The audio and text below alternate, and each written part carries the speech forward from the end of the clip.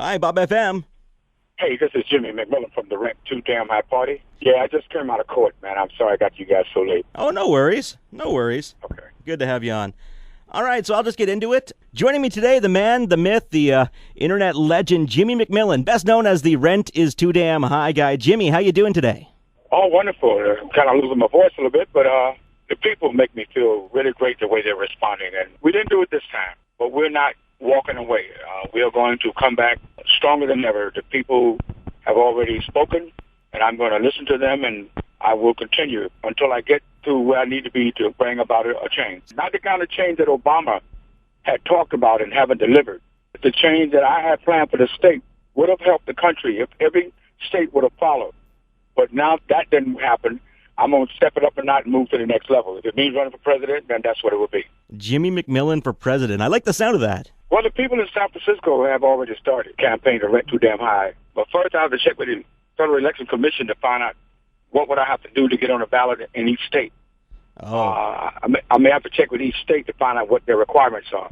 If all goes well, then that's what it'll be. If not, I'll just try to be helpful to help the people form an organization in their state so that they can run for office and win, and to run these politicians out of office that are there.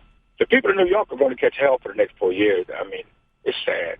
No one has mentioned anything about the proposals that we have put on the table that have drove this nation wild. But these are good proposals. They will work.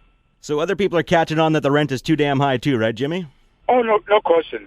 We haven't been embraced by the world. I thought this was just a New York problem, but China has, Korea, and Australia, London, the Netherlands. You name the state, you name the country, they have embraced us dearly. It could be because they have family here, and they know the family is suffering. I don't know. But it's a worldwide epidemic of suffering.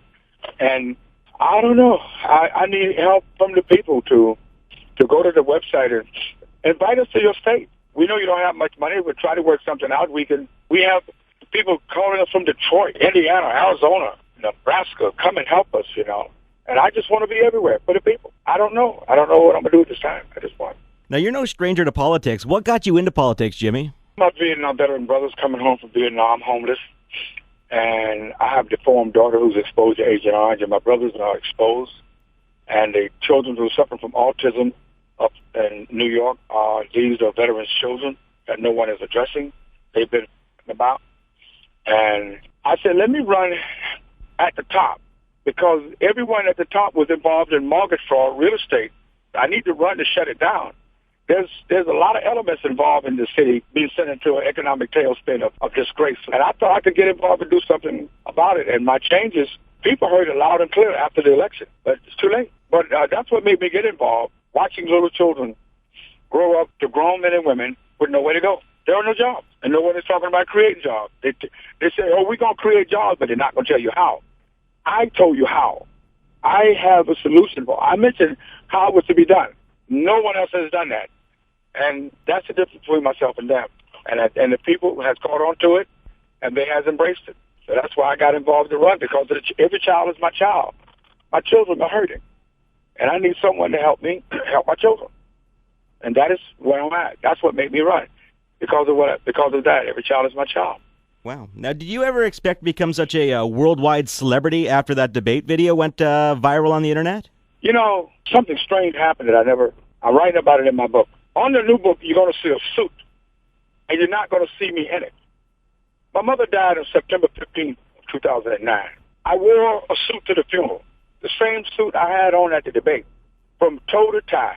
I said a prayer to my mom before I went on that stage. I said, Mom, this is my chance. I'm going to try not to blow it. And it's almost like Mom was sitting up there with me, and I just let loose. And all I could hear Mom say is, give them hell, son. I let loose. For the people, it's time someone told the truth. And because I knew I had dedicated that debate, the first debate I've ever been on, I dedicated it to my mom. And from that day, history was made. And when I got home, I was stunned. YouTube, 1 million at the time. I'm like, what? What did I say?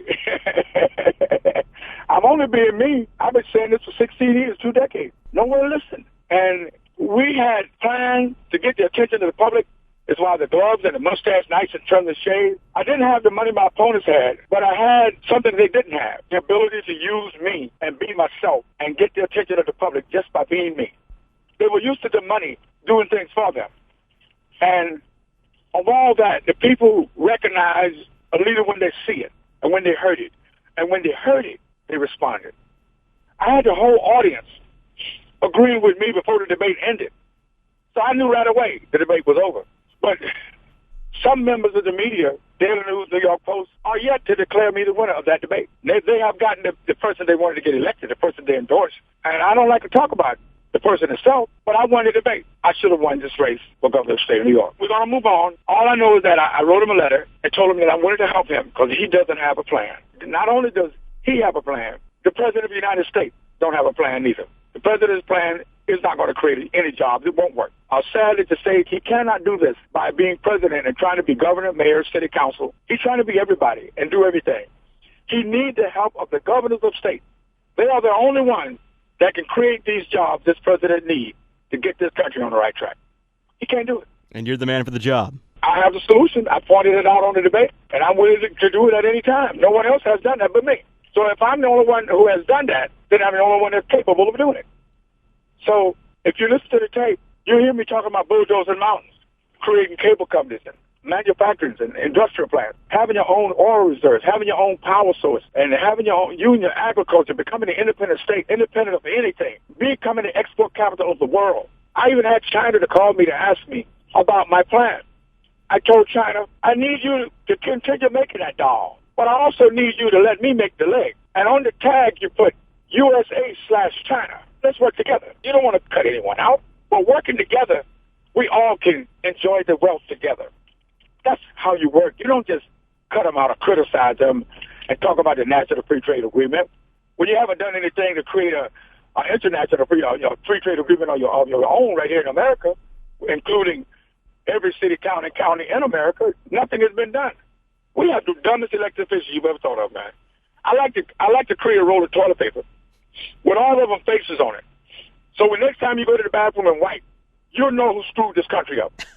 That's what I would love to do if I had the money. That is a great idea. I would have my own toilet paper with all of their faces on it because they're the ones who screwed this country up. Knowing they couldn't run the city, towns, and counties, but it could coerce people to vote for them. And knowing they couldn't deliver. That is so sad. It's really sad. That's true. And you're good at telling it as it is, right, Jimmy? If I had not mentioned the solutions, I wouldn't be capable either. But I did. And if that is the case, yes, I'm capable of winning the presidency on the next election. I have more hits on the Internet than Barack Obama did when he won the presidency in 2008. I've broken the record.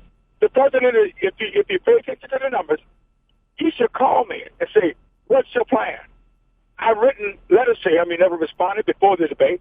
But now, if you see the numbers, he should be asking himself, what is McMillian know? Why are the people going nuts? McMillian has laid out a better plan than you, Barack Obama. And if it worked locally, it can work nationally. It can work statewide. And that's something that he needs to ask himself. The President Barack Obama needs help. But most importantly, the people know that when they heard me speak, they knew that I was the one. And they know that.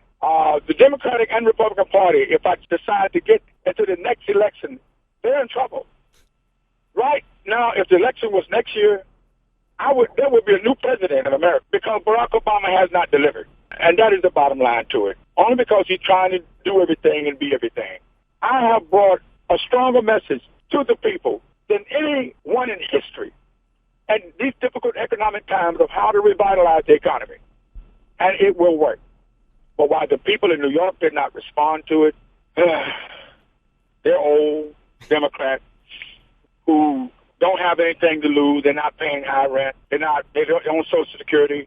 They think if they would have voted for a rent too damn high guy, that the president would have lost the numbers on the Senate floor that would have threatened Social Security and other benefits. The ignorant voters, I'm not calling them ignorant and pro se, but ignorant to the process. But we have to pick up the pieces and tell the young people and ask the young people to get involved in the rent too damn high movement. This is your country. This is your life. I invite all of you to come and join so we can appoint one of you to run for president, not me. I can give you ideas on how to clean up this mess, and you could take it and run with it. But I'm 64 years old, December 1st, I will be 65. And I'm tired. I've been doing it for 2 decades. I need a rest. I want the young people, the way it looks now, that I'm going to drop dead doing this. Because it's going to be another 4 years. And no one has stepped forward to deliver a message as strong as I have. And that's where I'm at right now. I believe that. And, yeah, young people are the future. And, well, hopefully someone can get on board and follow your footsteps, Jimmy. Yeah, they can go to the website and email me and let me know that they want to start the Rent Too Damn High movement in their neighborhood. The Rent Too Damn High party, we couldn't afford an office. My cell phone is my basic office. My car is my headquarters. We ran the campaign on $16.91. We had 2 websites, the Rent Too Damn High party website and the Jimmy McMillian for Governor 2010 website. On that website, we didn't accept any money because we can't give what you don't have. But we masterminded social media by using me to get in every newspaper, every city, town, and county in the state. Didn't have to spend a dime on a flyer. The media did it for us. So we masterminded social media. So now we got people coming to us telling us that they want to help us with social media. We did that already. Are you paying attention? I taught my team how to do more with less. They doubted it in the beginning. But when it began to come in, when I wore the gloves on stage, it was all planned. The mustache, the elegant look, and speaking very clear, it worked. Using verbal judo to get my opponents to agree with me, it worked. And you can't deny something that worked. And this is where we are now. The holidays are coming. We have 3 dolls coming out, a bobblehead, a doll with a Santa cap, and a regular me. Possibly, when my lawyer talks to Channel 11 tomorrow, I may have a segment on WPIX television, Channel 11. We videotaped yesterday a program for True TV. The door is wide open. But my main love is the people. I'm also a single man. And when I put that word out, I have over maybe 1 million emails of ladies who want to take me out to date. But it's not that kind of date.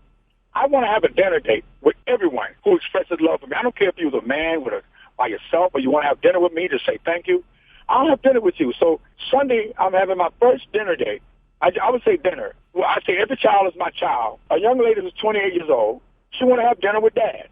So it's going to be a reality show. True TV going to televise it. I don't know what day they're going to air it, but it's going to happen Sunday.